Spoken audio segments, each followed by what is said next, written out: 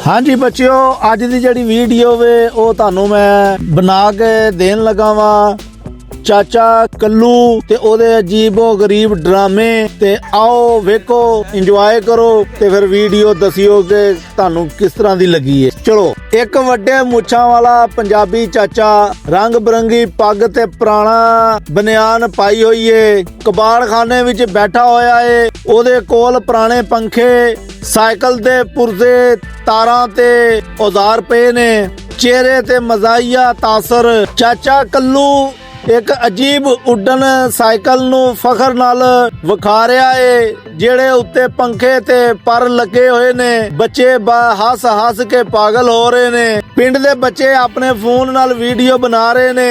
वो हैरान ते खुश हो के चाचा दी अजीब इजाद नू तक रहे ने। पसे मंजर विच गली ते चाचा कल्लू अपनी उड्डन वाली साइकिल चला रहा है, गली विचों निकल रहा है। बच्चे ओदे पीछे भज रहे ने। धुप निकल रही है, मंजर बड़ा मजाहिया है। चाचा कल्लू छत ते खलोता है, साइकिल उत्ते बैठ के अपने बाजू फैला दिते ने जिवें ओ हुण उड्डन वाला होवे। चेहरे ते संजीदा ते मजाहिया तासर। साइकिल हौली हौली छत तो उड्डन लगी है, पर ओह चों धुआं ते चंगियाड़ियां निकल रही ने। लोग नीचे खलोते हैरान होके वेख रहे ने। उड्डन साइकिल एकदम नीचे आंदी है ते कूड़े वाले डब्बे विच जा लगदी है। चाचा उल्टा डब्बे विच पिया होया है, मट्टी नाल भरिया होया है। इर्द गिर्द मशीन दे पुरजे फटे हुए ने। बड़ा हसाउन वाला सीन है। बच्चे वड्डे हत्तां के बिल्ली ते बकरी भी जोर जोर नाल हस रही ने।